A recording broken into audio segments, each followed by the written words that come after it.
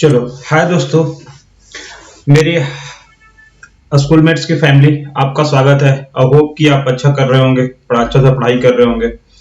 तो आज हम आपको 10th का सिलेबस, मैथ्स के सिलेबस के बारे में बताएंगे कि मैथ्स का सिलेबस 10th का पहले क्या था, अब क्या था। ओके, तो वो पहले क्या क्या चेंजेस हुए हैं 2023-24 के लिए, वो सारे टॉपिक्स मैं आपको डिस्कस करूंगा।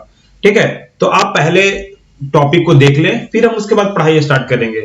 सबसे पहला यूनिट 1 था। यूनिट 1 में टॉपिक पहले जो पढ़ना था वो क्या था, रियल नंबर्स में पढ़ना था Euclid division lemma, the fundamental theorem of arithmetic, the irrationality of √2 √3 √5, revisiting rational and irrational number and their decimal expansions, operation और रियल नंबर। ये पहले का टॉपिक था। बट आपका टॉपिक क्या बचा, सिर्फ रेशनैलिटी ऑन, अब बच गया है तुम्हारा सिर्फ rationality on √2 √3 √5, revisiting rational irrational number, operation और रियल नंबर्स। बस यही टॉपिक आपको बचे हुए हैं, बाकी ये सारे कट गए हैं। जो ये यूक्लिड डिवीजन लेमा था, the fundamental theorem of arithmetic, ये सारे कट चुके हैं। ठीक है, तो ये टॉपिक आपका यूनिट 1 के लिए था। अब यूनिट 2 के लिए आते हैं। यूनिट 2 में देख लेते हैं टॉपिक जरा। यूनिट 2 में टॉपिक हमारा क्या था, polynomials.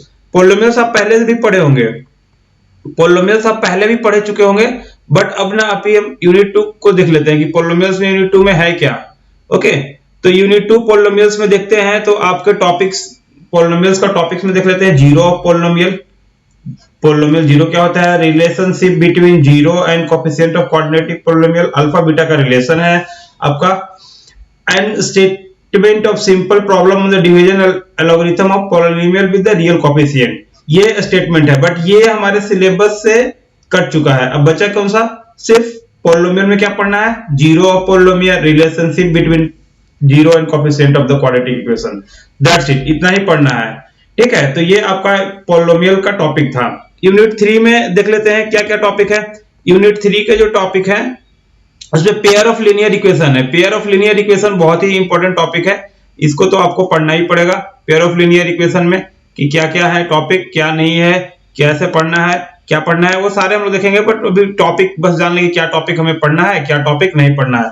Pair of linear equation in two variable में पहले क्या था टॉपिक में, linear of linear equation, pair of linear equation in two variable and graphical method of their solution. ये पहला का टॉपिक था। Arithmetic method of solving a pair of linear equation, substitution method, elimination method and cross multiplication method था। But अब जो unit 3 में क्या बचा, क्रॉस मल्टीप्लिकेशन मेथड आपका कट गया। ये क्रॉस मल्टीप्लिकेशन मेथड आपका सिलेबस से हट गया। आपको क्या पढ़ना है, सिर्फ elimination, substitution, algebraic method of solving pair of linear equation and pair of linear equation in two variable bye graphical method. तो ये ग्राफ आपको पढ़ना है, बस ग्राफिकल मेथड आपको पढ़ लेना है, सब्स्टिट्यूशन मेथड पढ़ना है एंड एलिमिनेशन मेथड पढ़ना है।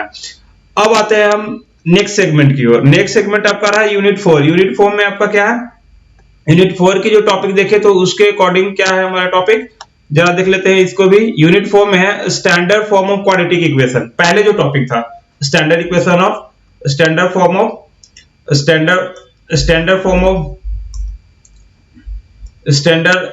Form of a quadratic equation ax² plus bx plus c where a not equal to 0, solution of quadratic equation only real roots by factorization and completing the square method।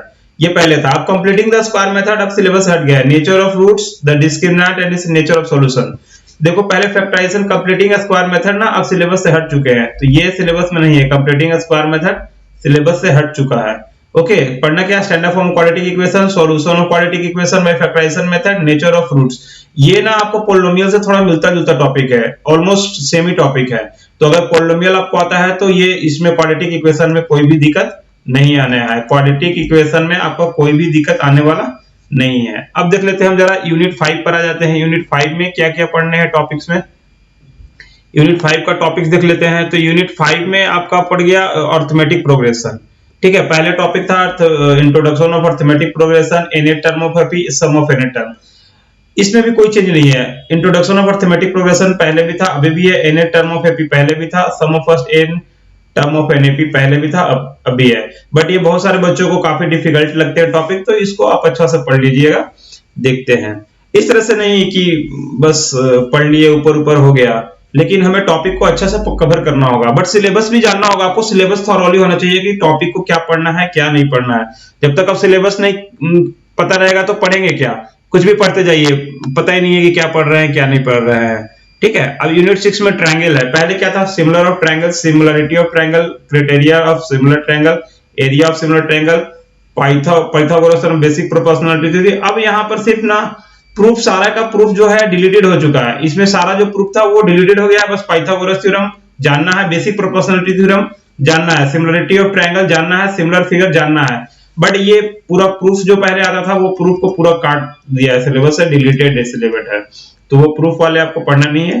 ठीक है, तो ये आपका triangle होगा। Triangle से आपका coordinate, triangle से आपका थोड़ा डिफिकल्टी लेवल बढ़ जाती है। और अब आसान टॉपिक पे आते हैं, कोऑर्डिनेट ज्योमेट्री पर। कोऑर्डिनेट ज्योमेट्री में देख लीजिए जरा, कोऑर्डिनेट ज्योमेट्री में क्या क्या टॉपिक है।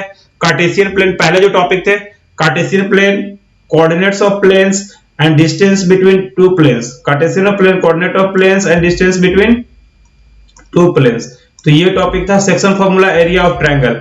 अब ना एरिया ऑफ ट्रायंगल को काट दिया गया है, सिलेबस से डिलीट कर दिया गया है। ये एरिया ऑफ ट्रायंगल आपका सिलेबस में नहीं रहेगा। ठीक है, तो coordinate geometry, Cartesian plane, coordinate of a plane and distance between two points, section formula. Section formula आपको पहले भी था, अभी भी पढ़ने हैं। ठीक है, तो ये था आपका कोऑर्डिनेट ज्योमेट्री का सिलेबस। अब जरा हम यूनिट 9 पर आते हैं, इंट्रोडक्शन ऑफ ट्रिगोनोमेट्री। ट्रिगोनोमेट्री ये बच्चों लोग को बहुत ही डिफिकल्ट लगते हैं। स्टार्टिंग यहाँ से ट्रिगोनोमेट्री होता है तो यहाँ से बच्चों लोग को डिफिकल्ट होते हैं कि ट्रिगोनोमेट्री थोड़ा फॉर्मूला भी याद करना होता है, समझ में नहीं आता है, तो वो हम लोग देख लेते हैं। ट्रिगोनोमेट्री फॉर्मूला में trigonometry ratio of acute angle of a right angle triangle है, proof of their existence, well defined, motive ratio whichever are defined at 0 degree 90 degree, value of proofs the trigonometrical ratio 3 degree 45 30 degree 45 degree and 60 degree, relationship between ratio. अब relationship between ratio से ना cut गए हैं, तो ये आपको syllabus में नहीं पढ़ना है। देख लीजिए नया टॉपिक में क्या क्या है आपका सिलेबस में। Introduction to trigonometry, trigonometry ratio of an acute angle of right angle triangle, proof of their existence, ratio of whichever are defined at 0 degree 90 degree, value of proof trigonometry ratio of 30 degree 45 degree and 60 degree, ये पढ़ना है। ठीक है, तो ये आप हम लोग यूनिट 9 तक देख लिए। सिलेबस को आपको अच्छा से देख लेना है, एक बार सिलेबस देखने के बाद ही पढ़ना स्टार्ट करिए, ज्यादा बेहतर होगा। क्या टॉपिक है क्या नहीं टॉपिक है, अगर आपको पता ही नहीं रहेगा सिलेबस में तो फिर थोड़ा सा मुश्किल होगी। आपको अच्छे से सिलेबस को जानना है, पढ़ने का अपना एक मेथड डेवलप करना है कि कैसे पढ़े। ठीक है, similarly unit 10 application of trigonometry, ये तो पहले भी था आपका। Height and distance, simple height and distance पहले भी था अभी भी है। ये ट्रिगोनोमेट्री का बेसिकली एप्लीकेशन है। अगर ट्रिगोनोमेट्री आपको आता है तो हाइट एंड डिस्टेंस आराम से आ जाएगा। थोड़ा लैंग्वेज टाइप का प्रॉब्लम है बट इसमें प्रॉब्लम नहीं होगी, लेस डिफिकल्ट होगा if you know the trigonometry. Okay, अब सबसे डिफिकल्ट टॉपिक आते हैं सर्कल। सर्कल्स को बच्चे लोग बोलते हैं कि काफी डिफिकल्ट टॉपिक है, तो इसको थोड़ा थियोरेटिकल टॉपिक भी है। पहले जो सर्कल का टॉपिक था उसमें क्या था, tangent to a circle eight point of contact, angle subtended bye A code of A point, perpendicular bisector of A code, angle subtended bye an arc of A eight A point. ठीक है, आपका जो topic है angle subtended bye an arc eight A point, perpendicular bisector of A code, angle subtended bye A code eight A point, tangent of a circle. जो पहले था वही अभी भी है। अब में सबसे आसान वाला टॉपिक आ गया, जो टॉपिक पढ़ना ही नहीं है, पहले पढ़ना था बट अब नहीं पढ़ना है, वो है कंस्ट्रक्शन। कंस्ट्रक्शन एक्चुअली आसान होता था उन बच्चों के लिए ज्यादा आसान होता था जिनको कंस्ट्रक्शन, उन बच्चों के लिए ज्यादा आसान था जिनको पढ़ने में दिक्कत है। तो वो जो थोड़ा वीक बच्चे हैं उन सारे बच्चों लोग को कंस्ट्रक्शन थोड़ा आसान होता था, बट ये पूरा टॉपिक ही सिलेबस से हट गया, तो कंस्ट्रक्शन आपको छूना नहीं है। मतलब कि अब ज्योमेट्री बॉक्स की जरूरत ही नहीं है 10th क्लास में। ओके, तो ये हो गया आपका कंस्ट्रक्शन। अब आते हैं next topic, your area related to the circle.